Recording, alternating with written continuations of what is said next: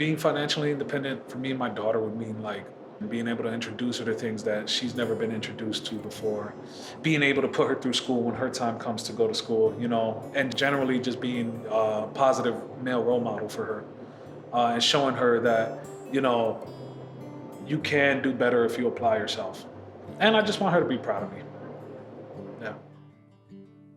Many times we just don't have the tools or the information to say, this is the decision I want to make. It's either you go to college or you don't, and then if you don't, then you just pick whatever is available to you for the education if you finish high school, for that matter.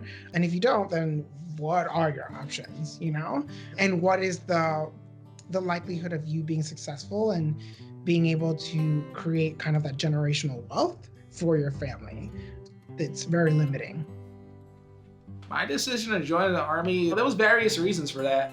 It was a good pathway to college. After high school, I didn't really have money saved up for college. So when I went for financial aid, I just didn't get anything, not one penny. So there was no way I was going to be able to afford college.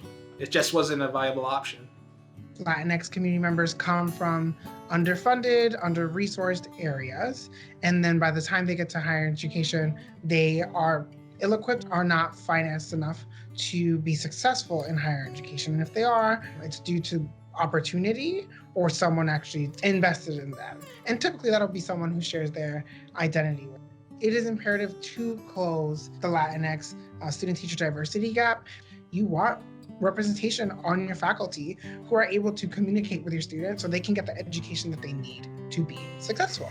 It's all about setting them up for success. Since I didn't do very well in school, the only things open to me are like service, hospitality. As far as like being employable in those fields, I might check the boxes, but actually finding employment in those fields is a whole different scenario. I wanted to gather experience as a barista because I knew it was a little bit of a better job. This company was doing a mass hire to populate a store that they were trying to open. And I told them, look, the only way I'm gonna do this is if you give me a job working at the coffee bar. And I used that as my in to say, oh, I have experience in this field, so I'm a viable candidate for the next job opportunity. But had I not did that, I probably never would have worked for Blue Bottle.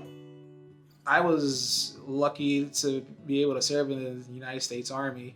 Not a lot of people actually qualify to enlist. There are a lot of factors that could contribute to you being disqualified. Then you're faced with a hard reality of, how am I going to get a job? Do I have the education to qualify for anything? Or am I going to just wait around a warehouse store and hope somebody picks me up to offer me a job? I think that's a real reality of our Latinx community.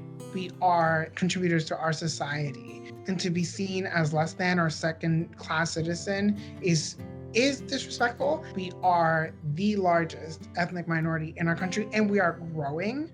We have a need to be seen as respectable counterparts who are getting paid their worth. So investing in us is investing in our communities, but also investing in our greater economy. We will be able to contribute more so that we can all progress and uplift each other.